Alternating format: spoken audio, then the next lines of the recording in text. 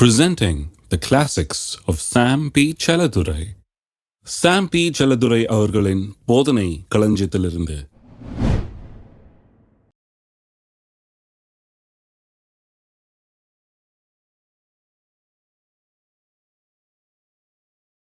தேவனுடைய வசனத்தை தியானிப்பதன் மூலமாக வாக்குத்தத்தம் பண்ணப்பட்டவைகளை நீங்கள் பெற்றுக்கொண்டீர்கள் என்பதை நீங்கள் காணும் வரை நீங்கள் தியானித்துக் கொண்டிருக்க வேண்டும்.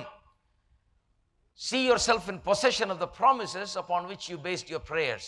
எந்த வாக்குத்தத்தத்தை வைத்து ஜெபித்தீர்களோ அந்த வாக்குத்தத்தத்தை நீங்கள் பெற்றுக்கொண்டீர்கள் என்பதை நீங்கள் காண வேண்டும். உங்கள் மனக்கண்களிலே அப்படிப்பட்ட ஒரு காட்சி உண்டாக வேண்டும்.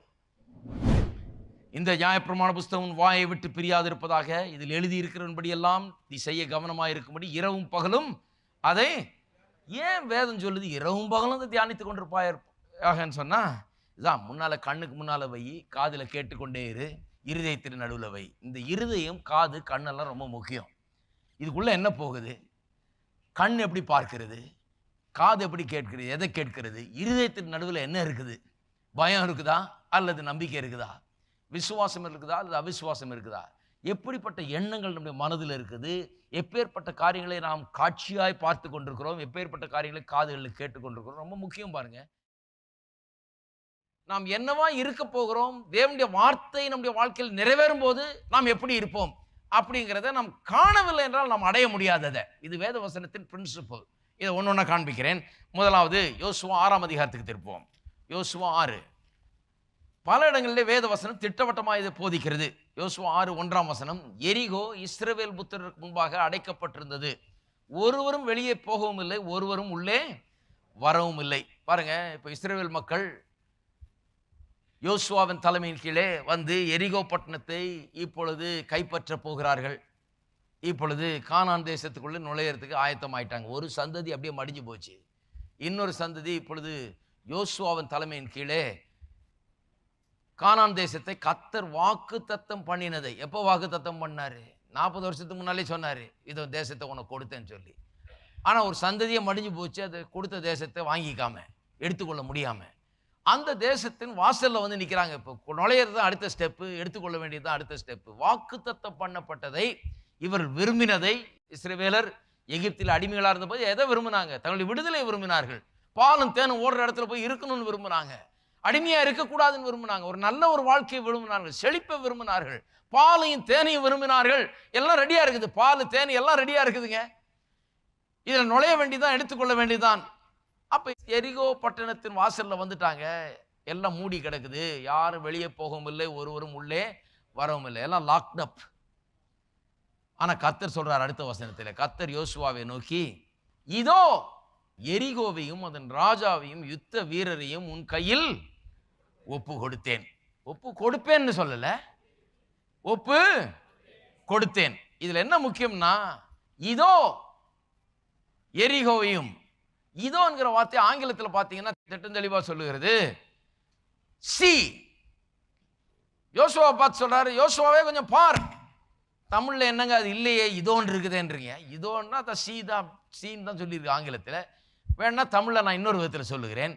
5ஆம் அதிகாரத்தில் 13ஆம் வசனத்தை பாருங்க. பின்னும் யோசுவா எரிகோவின் வெளியிலிருந்து தன் கண்களை ஏறெடுத்து பார்க்கும்போது, எல்லாம் சொல்லுங்க, தன் கண்களை ஏறெடுத்து பார்க்கும்போது. இதெல்லாம் எப்ப நடந்தது? சில வசனங்களுக்கு முன்னால பார்த்தாலே தெரியுது. அவன் கண்களை ஏறெடுத்து பார்க்கிறான். அப்பதான் கர்த்தர் பேசுறாரு. அவன் கண்களை ஏறெடுத்து பார்க்கும்போது கர்த்தர் சொல்றாரு, இதோ இத பார்ப்பா. கண்ணுக்கு என்ன தெரியுது உனக்கு? பெரிய மதில் சுவர் தெரியுதா? பெரிய போர்ச்சேவல் தெரியுதா? ராட்சதன் போல் ஆட்கள் தெரியுதா? இதனாலதான் கெட்டு போனான் முன்னால் இருந்தவன். ஒரு தலைமுறையே கெட்டு போச்சு. ஏன்னு சொன்னால் அவன் கண்ணுக்கெல்லாம் என்ன தெரிஞ்சது? பெரிய ராட்சதர்கள் இருக்கிறார்கள், நாங்கள் வெட்டுக்கிளிகளை போல் இருக்கிறோம், அவங்கெல்லாம் பெரிய ஆட்கள், நாங்கள் ஒண்ணுமே இல்லை, இப்படிதான் பேசினாங்க. பாருங்க, அவங்க சரித்திரத்தை வாசித்தீங்கன்னா ரொம்ப சேட் ஸ்டோரி. அவருடைய கதையே அப்படிதான் பாருங்க. எல்லாம் வந்து என்னால் முடியாது, அவங்க சாப்பிட்டுருவாங்களாக்கும், நான் ரொம்ப சின்னவனாக்கும், அவங்க ரொம்ப பெரியவங்களாக்கும், இப்படியே தான் பேசி கொண்டிருந்தார்கள். கர்த்தர் சொல்றாரு, யோசுவாவே உன் கண்களை ஏறெடுத்து பார். இதோ பார், முதல்ல காட்சியை பார். எப்படி பார்க்க வேணும்னு சொல்லி தர்றாரு. பார்க்கும் போதே சரியா பாரு. உன்னுடைய சூழ்நிலையில பார்க்கும் போதே நீ சரியான விதத்தில் அதை பார். எப்படி பார்க்க வேண்டும்? எரிகோவையும் அதன் ராஜாவையும் இப்படி சொல்றாரு பாருங்க. இவன் ஒரு சாதாரண மனுஷன் என்று சொல்றாரு, எரிகோவையும் அதன் ராஜாவையும் யுத்த வீரரையும் உன் கையிலே ஒப்பு கொடுத்தேன். ஆயிடுச்சு. இது என்னுடைய சித்தமப்பா, இது என்னுடைய சித்தம், என்னுடைய நோக்கம், என்னுடைய விருப்பம். உன் கையில் அவன் மடியணும், உன் கையில் அவன் தோல்வி அடையணும்னு என்னுடைய சித்தமா இருக்குது. நீ வெற்றி அடையணும், நீ இப்போ அந்த தேசத்தை சுதந்திரித்துக் கொள்ளணும், அதன் கனிகளை நீ சாப்பிட வேணும், அதன் வீடுகளில் நீ குடியிருக்க வேண்டும், இது உனக்கு சொந்தமாக வேணும் என்று என்னுடைய நோக்கமா இருக்கிறது. நான் ஏற்கனவே சித்தம் கொண்டு விட்டேன். ஆகவே என்னை பொறுத்த வரைக்கும் அதை உனக்கு கொடுத்து விட்டேன். இனிமே எல்லாம் உங்க கையில தான் இருக்குதுங்கிறாரு. இருக்கீங்களா? எப்படி உங்க கையில இருக்குது? நீ எப்படி பார்க்க போற? இப்ப எப்படி அவுட்லுக் உனக்கு மாற போகிறது? இதான் பாருங்க, பைபிளை எடுத்த உடனே இப்படிதான் வருது எல்லாமே. எல்லாம் சொல்றாங்க, எதுக்குங்க இவ்வளோ காம்ப்ளிகேஷன், எதுக்குங்க? கர்த்தர் கொண்டாந்து தாம்பாளத்தில் வச்சு அப்படியே கொடுத்துட்டாருன்னா நல்லா இருக்குமேங்க. அப்படி கொடுத்துட்டாருன்னா நீங்க என்னவாயிடுவீங்க? ஒன்றும் இல்லாதவர்களை போல ஆயிடுவீங்க. உங்களுக்கு ஒரு புத்தி இல்லை, ஞானம் இல்லை, அறிவு இல்லை, சிந்தனை இல்லை, ஒன்றும் இல்லாத ஒரு ஜடம் போல ஆயிடுவோம் நம்ம. அப்படி இருக்க விரும்புகிறோம் நம்ம யாராவது? கர்த்தர் எவ்வளோ பெரிய மரியாதையை கொடுக்குறாரு பாருங்க, எனக்கும் உங்களுக்கும். அவர் சொல்றாரு, நான் உன்னை என்ன போல சிருஷ்டித்திருக்கிறேன். உன்னுடைய வாழ்க்கையில் ஏதாவது நடக்கணுமா? வெற்றி வேணுமா உனக்கு? நீ ஜெயம் அடையணுமா? நீ சந்தோஷம் அடையணுமா? நீ சமாதானம் அடையணுமா? சுகம் அடையணுமா? நீ செழிப்படையணுமா? உன்னுடைய விரோதிகள் எல்லாம் நீ மேற்கொள்ள வேணுமா? உனக்கு விரோதமா எழும்பி இருக்கிறவைகள் எல்லாம் நீ நாசம் பண்ணி நீ மேல வரணுமா? வரணும் என்று சொன்னால் நீ சில தீர்மானங்கள் எடுக்க வேண்டும், நீ சில காரியங்களை மனதில் வைக்க வேண்டும், நீ சில காரியங்களை காதால கேட்க வேண்டும். ஏனென்றால் விசுவாசம் கேள்வினால் வருகிறது. நீ சில காரியங்களை உன்னுடைய கண்களுக்கு முன்பாக வைக்க வேண்டும். ஏனென்று சொன்னால் சில காட்சிகளை நீ பார்க்க வேண்டும். உன்னை குறித்த ஒரு தரிசனம் உனக்கு இருக்க வேண்டும். நீ எதை விரும்புறியோ அதை தான் நீ பெறப்போகிறாய். ஏனென்றால் கடவுளே அப்படிதான் பண்றாரு பாருங்க. கடவுள் மனுஷனை உண்டாக்குறதுக்கு முன்னாடியே அவனை எப்படி உண்டாக்க போறன்றது ஏற்கனவே பேசிட்டு இருக்கிறார். ஆதியாகமம் 1:26 பார்த்தீங்கன்னா சொல்றாரு, நம்முடைய சாயல் நம்முடைய ரூபத்தின்படி மனுஷனை உண்டாக்குவோமாக. உண்டாக்குறதுக்கு முன்னாலே எல்லாம் நடக்குது, பிளான்லாம். எப்படி உண்டாக்குவோம், அவன் எப்படி இருப்பான், என்னவா இருப்பான், ஏது இருப்பான்னு சொல்லி. அப்ப கடவுள் நம்மளையும் அப்படிதான் உண்டாக்கி இருக்கிறார். காட்சியை போல பார்த்துறார் கர்த்தர். தன்னுடைய கண்களுக்கு முன்பாக கர்த்தருக்கு ஒரு காட்சியே இருக்குது. ஆதாம் ஏவாள் எப்படி இருக்க போறாங்க, அவன் மூலமாக உண்டாக போகிற சந்ததி எப்படி இருக்கும், அவர்கள் எப்படி இருப்பார்கள், பூமியை எப்படி ஆண்டு கொள்வார்கள், அவர்கள் எப்படி சிந்திப்பார்கள், எப்படி செயலாற்றுவார்கள், எப்பேற்பட்ட மனுஷராய் அவர் இருக்க வேண்டும் சொல்லி எல்லாவற்றையும் தேவன் தன்னுடைய இருதயத்துக்குள்ள வைத்து ஒரு காட்சியாய் வைத்திருந்து காட்சியாய் கண்டதை தான் அப்படியே நிஜமாக உருவாக்குகிறார். அப்ப கர்த்தர் சொல்றாரு, நான் உன்னை என்ன போலவே சிருஷ்டித்தேன், அதனாலதான் எல்லாம் அப்படியே ஆட்டோமேட்டிக்கா நடக்கிறது இல்லை. நீ விரும்பாம ஒன்றும் நடக்க போறது இல்லை. கடவுள் செஞ்சிருட்டுங்க, என்ன செய்யறாரு செய்து பரவாயில்லைங்க, கிடையாது. அது பெரிய ஒரு ஆவிக்குரிய நீங்கள் தீர்மானிக்க வேண்டும். ஏன் யோசுவா இதை பார்க்க வேண்டியதா இருந்தது? ஏன் யோசுவா கண்களை ஏறெடுத்து கர்த்தர் எரிகோவையும் அதன் ராஜாவையும் யுத்த வீரரையும் அவனுடைய கையிலே ஒப்பு கொடுத்தார்? ஏற்கனவே அது ஆயிற்று. இவர்களெல்லாம் என்னுடையவர்கள், என்னுடைய பாதபடிக்கீழே கிடக்கிறார்கள், இவர்கள் எல்லாம் தோற்கடிக்கப்பட்டவர்கள் என்பதை அவன் காண வேண்டும். அப்புறம் தான் தோற்கடிக்க முடியும். கண்ட பிறகுதான் வெற்றியை பெற முடியும். முதல்ல உள்ளத்தில் அவன் காண வேண்டும், வனக்கண்களிலே அவன் காண வேண்டும். ஏன் இப்படி காண்பது அவசியம்? ஏனென்றால் இப்படிதான் விசுவாசம் வேலை செய்கிறது. இதான் the way the faith operates. விசுவாசத்தினுடைய கிரியை அப்படிதான். காண்றதெல்லாம் எதுக்குங்க, கேட்கறதெல்லாம் எதுக்குங்க? ஏதோ நான் கெஞ்சி மன்றாடினேன்னா அதுக்காவது ஒன்று கொடுத்துடக்கூடாதா? கெஞ்சி மன்றாடினேன்னு கொடுத்துடலாம், கர்த்தருக்கு ஆசைதான். ஆனால் இன்றைக்கு பாவமும் பிசாசு இந்த உலகத்தில் வேலை செய்து கொண்டிருக்கிறது. ஆகவே அவர் கொடுக்க எப்பவும் ஆயத்தம்தான். ஆனால் அதை தடை செய்வதற்கென்றே உங்களுக்குள்ள சில எண்ணங்களும் பிசாசின் எண்ணங்களும் தடையான எண்ணங்களும் இடையூறுகளும் பிசாசு உண்டாக்குற இடையூறுகளும் வந்து கொண்டே இருக்கிறது. ஆகவேதான் கர்த்தர் என்ன தர்றேன்னு சொன்னாலும் அதை பெற்றுக்கொள்வது மனுஷனுக்கு ஒரு பெரிய தடையா இருக்கிறது. ஏனென்று சொன்னால் அதை பெற்றுக்கொள்ளாத பார்த்து கொள்றது தானே சாத்தானுடைய வேலை.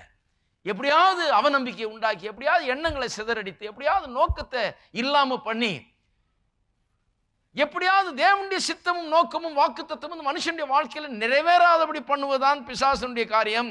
ஆகவே தான் கர்த்தர் சொல்றாரு, உன்னுடைய விசுவாசம் தேவைப்பா. விசுவாசம் என்கிறது பிசாசு கொண்டு வருகிற அந்த தடைகளை எல்லாம், மலைகளை எல்லாம், இடையூறுகளை எல்லாம் ஒண்ணுமில்லாமல் ஆக்கி கர்த்தருடைய சித்தத்தை இந்த பூமியில நிலைநாட்டுவதுதான் விசுவாசம். மலைகளை பெயர்த்து தேவனுடைய சித்தத்தை இந்த பூமியில நிலைநாட்டுவது தான் விசுவாசம். இப்படிதான் விசுவாசம் வேலை செய்கிறது. ஆகவே உன்னுடைய ஒத்துழைப்பு இல்லாமல் நான் ஒன்றையும் செய்ய முடியாது. யுத்த வீரரையும் ராஜாவையும் இந்த பட்டணத்தையுமே உனக்கு நான் கொடுத்தேன். ஆனா நீ இப்ப பார்க்க வேண்டும், நீ இப்ப விசுவாசிக்க வேண்டும், நீ இப்ப போக வேண்டும், நீ இப்ப எக்காலத்தை ஊத வேண்டும், நீ இப்பொழுது சொல்றதை செய்ய வேண்டும். அப்படி செய்யும் போதுதான் இதை நீ எடுக்க முடியும். வெற்றியும் இந்த தேசத்தையும் உனக்கு தருவது என்னுடைய சித்தமாகிவிட்டது. ஆனால் உன்னுடைய கோஆபரேஷன் இல்லாமல், உன்னுடைய ஒத்துழைப்பு இல்லாமல் எதையுமே செய்ய முடியாது என்கிறார். அதனால தான் இப்படி சொல்லுகிறார் பாருங்க. எந்த மனுஷனை தேவன் தெரிந்து கொண்டாலும் அவனுக்குள்ள இதை கர்த்தர் செய்கிறார். ஆகவே தான் நான் நினைக்கிறேன், ஜெபம் என்கிறது நம்முடைய விசுவாசத்தை விரிவாக்குகிற ஒரு நேரம். ஜெபம் என்கிறது என்ன? கர்த்தருடைய வாக்கு தத்தங்களை விசுவாசிக்கிறோம். வாக்கு தத்தங்கள் ரொம்ப பெருசா இருக்கு பாருங்க. நீங்க வாக்கு தத்தங்களை வாசித்து பாருங்க. 6000 7000 வாக்கு தத்தங்கள் இருக்கான்னு சொல்றாங்களே, வாசித்தீங்கன்னா முக்கால்வாசி நம்பவே முடியாது, அவ்வளோ பெரிய வாக்கு தத்தங்களா இருக்கும். நீங்க பைபிளை வாசித்தாலே மனசே பெருசாயிடும். இருக்கீங்களா? நம்பவே முடியாது. வாசித்த உடனே ஆணு வாயை பழக்கணும், அவ்வளோதான். இப்படியா, இப்படி ஆசீர்வதிப்பார் சொல்றாரு. நீ இன்றைக்கு இருக்கிறதை பார்க்கலும் 1000 மடங்கு பெருகும்படி உங்கள் தேவனாகிய கர்த்தர் உங்களை ஆசீர்வதிப்பாராக. 1000 மடங்கு எப்படி? நான் டபுள் மடங்கு பெருகினாலே நான் 1000 கோடி சந்தோஷப்படுவேன் நான். ஆனால் கர்த்தர் சொல்றாரு, நீ டபுள் கிபிள்லாம் எனக்கு பத்தாது, நீ 1000 மடங்கு பெருக வேண்டும் தான் என்னுடைய ஆசை. அப்ப பாருங்க, வேதத்தை வாசித்தால், வாக்கு தத்தங்களை வாசித்தா சும்மா இருக்க முடியாது. வாக்கு தத்தங்களை வாசித்தாலே அதுக்கு நமக்கு மிஞ்சினதா இருக்குது. நம்ம வாயை பிளக்க வைக்கிறது, நம்முடைய விசுவாசத்தை அது பெரிதாக்குகிறது. பெரிய காரியங்களை நாம் அடையும்படியாக என்னை அது உந்தி தள்ளுகிறது. இந்த பூமியில பாவத்து நிமித்தமாகவும் பிசாசின் கிரியை நிமித்தமாகவும் நம்பிக்கை இழந்து, செயலிழந்து, பயத்தினாலும் தோல்வியில் வாழ்ந்து கொண்டிருக்கிற மக்களுக்கு இது ரொம்ப அதிகம் பாருங்க. இது எட்டி பிடிக்கிறதுங்கிறது, விசுவாசத்தின் காரியங்கள்ங்கிறது ரொம்ப அதிகம். ஆகவே தான் விசுவாசத்தை நாம் பயிற்சிவிக்க வேண்டியதா இருக்கிறது. ஏனென்றால் எதிராக கிரியை செய்கிற சக்திகள் இருக்குது, நம்மை தோல்வி அடைய செய்யக்கூடிய சக்திகள் இருக்கிறது. ஆகவே தான் ஒரு மனுஷன் விசுவாசித்தால் ஒழிய தன்னுடைய எல்லா மற்ற லௌகீக எண்ணங்களுக்கு எதிராக, மற்ற இந்த குறைவான எண்ணங்களுக்கு எதிராக, தாழ்வான எண்ணங்களுக்கு எதிராக, உலகத்தில் தோல்வி அடைஞ்சே பழக்கமாயிட்டோம் பாருங்க. ஃபெயில் ஆகியே பழக்கப்பட்டதுனால ஃபெயிலியர் திங்கிங் வந்து ரொம்ப ஈஸியா வருது. இருக்கீங்களா? நான் செஞ்சா தோல்வி அடைவேன்ற திங்கிங் ரொம்ப ஈஸியா வருது. நான் செஞ்சா வெற்றி அடைவேன்ற திங்கிங் தான் ரொம்ப கஷ்டமா இருக்கிறது. அப்ப அதெல்லாம் சுலபமா வருகிறது. அதுக்கெல்லாம் எதிராக என்னுடைய தாழ்வான எண்ணங்களை விட்டுவிட்டு, நம்பிக்கையற்ற அந்த எண்ணங்களை விட்டுவிட்டு, என்னுடைய பலவீனத்தை விட்டுவிட்டு, தேவனுடைய சித்தத்தை என்னுடைய வாழ்க்கையில நிறைவேறுதல் நான் காண்பேன் என்கிற ஒரே நோக்கத்தோடு ஒரு மனுஷன் இருந்தான் என்றால் நிச்சயமாய் அதை காண முடியும். ஆகவே தான் கர்த்தர் சொல்றார், கேளு கரெக்டா, வார்த்தையை கவனி, கவனித்துக் கொண்டே இரு, காதுக்குள்ள அது போய்கிட்டே இருக்கட்டும், கண்களுக்கு முன்பாக அதை வைத்துக் கொண்டே இரு, அது கண்களை விட்டு பிரியாதிருப்பதாக, இருதயத்தின் நடுவில் வைத்து அதை காத்துக்கொள். பாருங்க, மனுஷன் பாவத்தில் விழுறதுக்கு முன்னால கூட மனுஷன் விரும்பினாதான் நடக்கும். பாவம் எப்படி நடந்தது? மனுஷன் விரும்பினதுனால நடந்தது, அவ்வளவுதான். பாவ உலகத்தில் நுழையிறதுக்கு முன்பாகவே மனுஷன் எதை விரும்புறானோ அதை தான் அவன் பெற முடியும். அப்ப அவன் கர்த்தருக்காக வாழ வேண்டும் என்றால் அவன் அதை தீர்மானிக்க வேணும். அதை நோக்கத்தோடு, ஒரே நோக்கத்தோடு இருக்கணும். பிசாசு வந்து என்ன பேசினாலும் அதுக்கு இடம் கொடுக்க கூடாது, பிசாசின் எண்ணங்களுக்கு இடம் கொடுக்க கூடாது. கர்த்தருக்காக அவன் வாழ்வதை அவன் தெரிந்து கொள்ள வேண்டும். அப்ப பாவத்தில் விழுந்த பிறகு பிசாசு இப்ப பூமிக்குள்ள வந்து மனுஷனுடைய வாழ்க்கையில ரொம்ப தீவிரமா வேலை செய்து கொண்டிருக்கிறான். இந்த பூமியில ரொம்ப தீவிரமா வேலை செய்து கொண்டிருக்கிறான். சூழ்நிலையிலும் மக்களை உபயோகப்படுத்துகிறான். உபயோகப்படுத்தி நாம் ஒன்றை விசுவாசிக்கிறோம், அந்த விசுவாசத்தை கெடுத்து போடும்படியாக, அதை ஒன்றுமில்லாமல் ஆக்கும்படியாக 1008 இடையூறுகளை அவன் உண்டாக்குகிறான். இப்படி உண்டாக்கி தான் பாருங்க, முழு இஸ்ரவேல் ஜனமும் ஒரு சந்ததியே தேவன் வாக்குத்தத்தம் பண்ணதை பெற முடியாமல் போயிற்று. கர்த்தர் அங்கேயும் அப்படிதான் சொன்னார். என்ன சொன்னாரு? போ, இது உனக்கு உன்னுடைய தேசம், இது கொடுத்துட்டேன் நான் உனக்கு என்னாரு. ஆனால் கொடுத்துட்டேங்கிறத அவர்கள் காண முடியல. அவர்கள் கண்டதெல்லாம் என்ன? ராட்சதர்களை கண்டார்கள். கண்டதெல்லாம் என்ன? தோல்வியை கண்டார்கள். கண்டதெல்லாம் என்ன? தங்களுடைய பலவீனத்தை கண்டார்கள். எந்த அளவுக்கு பலவீனத்தை கண்டார்கள்னு சொன்னா, அவர்கள் ராட்சதர்கள், நாங்கள் வெட்டுக்கிளிகள் அப்படின்னு சொல்றது மட்டுமல்ல, இவங்க எந்த அளவுக்கு போயிட்டாங்கன்னா, அவர்கள் ராட்சதர்கள், அவர்களுடைய பார்வையில நாங்கள் வெட்டுக்கிளிகளை போல இருந்தோம். அவன் என்ன யோசித்தானோ உனக்கு எப்படி தெரியும்? பைத்தியம் பிடிக்கிற ஸ்டேஜுக்கு போயிடுச்சு. அவருடைய பார்வையில் என்ன இவர் பெரிய தீர்க்க தரிசனமா சொல்றாரு.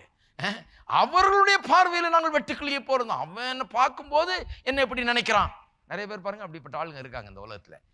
அவர் என்ன துச்சமா நினைக்கிறாருங்க. உங்களுக்கு எப்படி தெரியும் அவங்க துச்சமா நினைக்கிறாங்கன்னு? அவங்க எனக்கு மரியாதை கொடுக்கறது இல்லைங்க. உங்களுக்கு எப்படி தெரியும் உங்களுக்கு மரியாதை கொடுக்கறது இல்லைன்னு? என்ன ஒரு பொருட்டா எண்ணுகிறது இல்லைங்க. இதே தான் அவங்களுக்கு. பாருங்க, யார் உங்களை என்ன பொருட்டா எண்ணாம போனா என்ன, கர்த்தர் உங்களை ஒரு பொருட்டாக எண்ணுகிறார். உங்களுக்காக கல்வாரி சிலுவையில மரித்தார். கர்த்தர் எனக்காக கல்வாரி சிலுவையில மரித்து ரத்தம் சிந்தினார் என்று சொன்னால் 1000 பேரை என்ன துச்சமா எண்ணாலும், மதிக்காமல் போனாலும், மரியாதை கொடுக்காம போனாலும், கர்த்தருடைய பார்வையில் எனக்கு மரியாதை உண்டாயிருக்கிறது. கர்த்தருடைய வார்த்தை ஒரு மனுஷன் கனம் பண்ணுவான் என்றால் பரலோகமான மதிக்கிறது. பூலோகம் ஒருவேளை மதிக்காம இருக்கலாம். எத்தனையோ தீர்க்கதரிசிகளை பூலோகம் மதிக்கவில்லை. ஆனால் அவன் ஜெபம் பண்ணா அக்கினி வந்து இறங்குச்சு கீழே. அவன் ஜெபம் பண்ணா மழை பெய்யும். அவன் சொன்ன வார்த்தை சொன்னா மழை நிற்கும். பரலோகம் அவனுடைய வார்த்தையை மதிக்கிறது.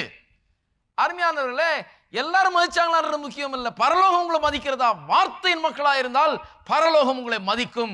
தேவனுடைய வார்த்தையை நீங்கள் பிடித்துக் கொண்டீர்கள் என்று சொன்னால், இஸ்ரவேல் ஜனங்க பாருங்க, ஒரு தலைமுறையே உள்ள போக முடியல. ஆகவே இந்த விசுவாசம் என்கிறது இப்படிப்பட்ட காரியங்களால் அடங்கி இருக்கிறது. கண்ணால பார்க்க வேண்டும் அந்த காட்சியை, காதால வார்த்தையை கேட்டுக்கொண்டே இருக்க வேண்டும், இருதயத்தின் மத்தியில் வைக்க வேண்டும். அப்படி வைத்தால்தான் அதை போய் அடைய முடியும். இந்த கண்களுக்கு முன்பால அந்த காட்சியை வைக்கிறது, நீங்கள் அந்த வாக்கு தத்தத்தை பெற்றுக்கொண்டீர்கள் என்பதை நீங்கள் காண வேண்டும். சுகமா இருந்து எழுந்து நடக்கிறதை காண வேண்டும். படுத்து கொண்டிருக்கிற ஆளு நடந்து போய்கிட்டு வர்றதையே யோசித்து கொண்டு இருக்க வேண்டும்.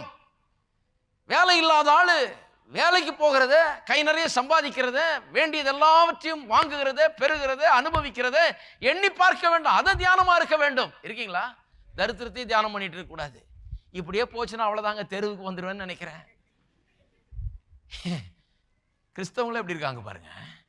இது தியானம் பண்ணிட்டு இருந்தா அப்புறம் எப்படி வெற்றி உண்டாகிறது? கர்த்தர் சொல்றாரு, ஐஸ்வர்யத்தை சம்பாதிக்க பலனை கொடுக்கிறவர் அவரே, தேவனாகிய கர்த்தரை நினைப்பாயாக. நிறைய பேர் கர்த்தரை நினைக்கிறாங்க, ஆனால் அப்படி நினைக்கிறது இல்லை. ஐஸ்வர்யத்தை சம்பாதிக்க பலனை கொடுக்கிறவர்னு நினைக்கிறது. என்ன நினைக்கணும்? கர்த்தாவே, ஐஸ்வர்யத்தை சம்பாதிக்க பலனை கொடுக்கிறவராக இருக்கிறபடி எல்லாரும் ஸ்தோத்திரம். நான் கையிட்டு செய்கிறதெல்லாம் வாய்க்கும், ஆகவே ஸ்தோத்திரம். நான் நினைத்ததை அடைவேன் நிச்சயமா. என்னுடைய கையில் பணம் இருக்கும், என்னுடைய வீட்டில் ஐஸ்வர்யம் தங்கும். இதெல்லாம் விசுவாசிக்க வேண்டும். பாருங்க, விசுவாசத்தை அதை காட்சியாய் காண வேண்டும். ஆகவே முதல்ல பார்க்க வேண்டும், பிறகுதான் வெற்றி அவர்களுக்கு சொந்தமாகும். அதை எந்த அளவுக்கு பார்க்க வேணும்? வாக்கு தத்தம் நிறைவேறிவிட்டால் நான் இப்படி இருப்பேன்ங்கிறது அவர்களுக்கு கண்களுக்கு முன்பாக ஒரு காட்சியை போல, தரிசனம் போல இருந்து கொண்டே இருக்கணும். அப்படி இருக்கும்போது அவர்களுக்கு உள்ளாக இருக்கிற அந்த காட்சி, மனக்கண்ணிலே தோன்கிற காட்சி என்ன பண்ணும்? அவர்களை அந்த கோலுக்கு நேராக, அந்த லக்குக்கு நேராக அவர்களை நடத்தும். இதையே கண்டுட்டு இருந்தீங்கன்னா அதுக்கு நேராக போயிட்டே இருப்பீங்க. படிக்கிறவங்களுக்கு சொல்ற, மாணவர்களுக்கு என்ன பார்க்குறீங்க? நீங்க என்ன படிச்சு என்னவா வர வேண்டும் என்று விரும்புகிறீர்களோ அதை முன்னாலேயே வைக்க வேண்டும். இதை முன்னால வைத்து அதை காட்சியாய் கண்டுகொண்டே இருக்க வேண்டும். அதுக்கு என்ன ஜெபம் பண்றீங்க? ஜெபம் பண்ணும்போது என்ன இருக்குது உங்களுக்கு முன்பாக? கண்களுக்கு முன்பாக தேவனுடைய வாக்குத்தத்தங்கள் இருக்கிறது. கண்களுக்கு முன்பாக இந்த வாக்குத்தத்தங்கள் மூலமாக உண்டாகிற காட்சி இருக்கிறது. நீங்கள் என்னவாக உருவாக வேண்டும் என்று நினைக்கிறீர்களோ அதை கண்களுக்கு முன்பால வைக்க வேண்டும். ஒரு வீட்டில் இருக்கிறீங்க, இதை விட கொஞ்சம் நல்ல வீட்டுக்கு போகணுன்ற ஆசை தப்பு கிடையாது. சிலர் சொல்லுவாங்க தப்பு, நான் சொல்கிறேன் தப்பு இல்லைன்னு. ஏனென்று சொன்னால் கர்த்தர் சொல்ல 100 வீடு தர்றேன்னுங்கிறாரு. அதனால் நீங்கள் கொஞ்சம் நல்ல வீட்டுக்கு போனதுனால கர்த்தர் கோச்சிக்கல. கர்த்தர் பெரிய மாளிகை வச்சு அவர் பெரிய ஆடம்பரக்காரர், அவருடைய பிள்ளை நீங்கள். அப்போ அவர் ஒன்றும் உங்களை வந்து நீ கடை குடிசையில் அப்படின்னு சொல்லலை. நல்ல வீட்டுக்கு போகிறேன்னு நல்ல நோக்கம் அது. அப்போ என்ன பண்ணணும்? சரி, கர்த்தருடைய வார்த்தை அதை வாக்குத்தத்தம் பண்ணுகிறது இல்லையா? அப்போ வாக்குத்தத்தத்தை எடுத்து என்ன பண்ணணும்? அதை கேட்கணும் காதால. வாயில் அறிக்கை செய்யும் போது அது காதில் போதும். உங்கள் நாவிலேருந்து வந்து அது காதில் விழணும், கேட்க வேண்டும். கண்களுக்கு முன்பாக அதை ஒரு தரிசனமாக வைக்கணும். எப்படிப்பட்ட வீட்டுக்கு போக போகிறீங்க, என்ன பண்ண போகிறீங்க, எப்படி இருக்க போகிறீங்கிறத தரிசனம். நான் சொல்கிறேன் கேளுங்க, என்ன தரிசனமாக வைக்கிறீங்களோ அது அப்படியே நிறைவேறும். என்ன எங்கே அடுத்த ஸ்டெப் என்ன போக போகிறீங்க அப்படிங்கிறத கண்களுக்கு முன்பாக வைத்து அதை எண்ணி பார்க்க வேண்டும். தினந்தோறும் அதுக்கு கொஞ்சம் நேரத்தை செலவழிக்க வேண்டும், முன்னால் வைக்க வேண்டும். அதை கண்களுக்கு முன்னால் வைத்தால் அது நிறைவேறுதலை நீங்கள் நிச்சயமாக காண்பீர்கள். திருமண வாழ்க்கை விரும்புகிறீர்கள்? என்ன விதமான திருமண வாழ்க்கை, எப்படிப்பட்ட பெண்ணை கல்யாணம் பண்ண போறீங்க, எப்படிப்பட்ட மாப்பிள்ளையை கல்யாணம் பண்ண போறீங்க, கொஞ்சம் கண்ணுக்கு முன்னால் வைக்கணும். சும்மா இந்த சினிமாவில் வர்ற டே ட்ரீமிங் கிடையாது, இது கிடையாதுங்க. இது எப்படிப்பட்டது? கர்த்தருடைய வாக்குத்தத்தத்தின்படி, கர்த்தருடைய வார்த்தையின்படி நான் எப்படி இருப்பேன்? கர்த்தருடைய வாக்குத்தத்தத்தை நான் விசுவாசிக்கிறேன். இப்படிப்பட்ட ஒரு வாழ்க்கை துணைதான் எனக்கு அமைய வேண்டும், இப்படிப்பட்ட ஒரு வாழ்க்கை எனக்கு அமைய வேண்டும், இப்படி நான் இருப்பேன், இப்படிப்பட்ட ஒரு வாழ்க்கை எனக்கு உண்டாயிருக்க வேண்டும் என்று சொல்லி அந்த தரிசனத்தை கண்களுக்கு முன்பாக வைக்க வேண்டும். வெறும் ஜெபம் மட்டும் இருந்தா போதாது. என்ன பண்ண வேண்டும்? ஜெபம் பண்ணி ஆமென்னு சொன்ன பிறகு இதை பார்த்துக்கிட்டே இருக்கணும். இந்த தரிசனத்தை முன்னால வைத்து கண்டுகொண்டே இருக்க வேண்டும். ஜெபம் ஆமென்னு சொன்னோன்னு முடிஞ்சிட முடியாது. சிலர் ஏதோ ஒன்று கேட்கறது, ஜெபம் பண்ணி ஆமேன் ஆண்டவரே எப்படி வேணும் அப்படி வேணும்னு கேட்டு ஆமேன்னு வாக்கு தத்தத்தின்படி கேட்டுறது. அப்புறம் ஏதோ ஒன்றுங்க என்ன மாதிரி இருந்தால் போதும் அப்படிங்கிறது. அப்படி இல்லை. அது என்ன கேட்டனோ அதுதான் எனக்கு வேணும். எதை கேட்டுக்கொள்கிறீர்களோ அதை தான் பெற வேண்டும் என்று விசுவாசிக்க வேண்டும், எதிர்பார்க்க வேண்டும். இருக்கீங்களா? எல்லாமே அப்படிதான். வேலையை விரும்புகிறீர்கள், அப்போ என்ன விதமான வேலை வேணும்? அல்லது தொழிலை விரும்புகிறீர்கள், ஒரு கம்பெனி ஆரம்பிக்கணும்னு விரும்புகிறீர்கள், அது ஒரு வியாபாரம் செய்யணும்னு விரும்புகிறீர்கள். என்ன செய்ய வேண்டும்? அதை கண்களுக்கு முன்பாக வைக்க வேண்டுங்க. வெறும் ஜெபம் பண்ணால் போதாது, கண்களுக்கு முன்பாக வைக்க வேண்டும். அது கண்களை விட்டு பிரியாமல் இருக்க வேணும். அந்த காரியங்கள் அப்படியே முன்னால் நிற்க வேணும். என்ன லட்சியத்தை அடைய விரும்புகிறீர்கள் என்கிற காட்சி முன்னால் இருக்க வேண்டும். அந்த முன்னால் இருக்கும்போது அந்த உள்ள இருக்கிற காட்சி தான் உங்களை அதுக்கு நேராக நடத்துகிறது. ரொம்ப முக்கியம் பாருங்க. அப்போ உள்ள அந்த காட்சி இருக்கும்போது அப்படியே அந்த டைரக்ஷனை பார்த்து நான் போய்கொண்டே இருக்கிறேன். உள்ள என்ன காட்சி இருக்குதோ அதை நோக்கி தான் போய்கிட்டு இருக்கிறேன். அதனால தான் தோல்வியின் காட்சி உள்ள இருந்ததுன்னா எதை நோக்கி போயிட்டு இருப்பேன்? தோல்வியை நோக்கி தான் போய்கொண்டிருப்பேன். அப்போ ஜெபம் என்கிறது என்ன? தேவன் என்னோடு உள்ளே எனக்குள்ளே கிரியை செய்து தம்முடைய வார்த்தையை எனக்கு அனுப்பி என்னுடைய காதுகளில் அதை கேட்க செய்து அந்த வார்த்தை எனக்கு ஒரு காட்சியை உண்டாக்கி எனக்கு முன்பாக அந்த காட்சியை வைத்து என் இருதயத்தின் மத்தியில் அந்த காரியங்களை வைத்து இதையே தியானித்து இதையே சிந்தித்து இதையே என் கண்களுக்கு முன்பாக வைத்து அந்த திசையை நோக்கி நான் செல்லும்படியாக கர்த்தர் எனக்கு ஜெபத்திலே உதவுகிறார். அப்போ ஜெபங்கிறது சும்மா நான் ஏதோ ஒன்று கெஞ்சி மன்றாடினேன், கண்ணீர் விட்டேன், கதறினேன்றதில்ல. ஜெபம் என்கிறது கர்த்தர் எனக்காக என்ன வைத்திருக்கிறாரோ அதை அடைவேன் என்கிற ஒரே லட்சியத்தோடு என் கண்களுக்கு முன்பாக தரிசனமாக வைத்து அதை அடைய முற்படுகிறேன். அதுதான் ஜெபம். எவ்வளோ நாள் பார்க்குறதுங்க? கையில் அது கிடைக்கிற வரைக்கும் பார்த்துக்கிட்டே இருங்க. கையில் கிடைச்ச பிறகு அடுத்த ஸ்டெப்புக்கு போங்க, அதோடு நின்றாதீங்க.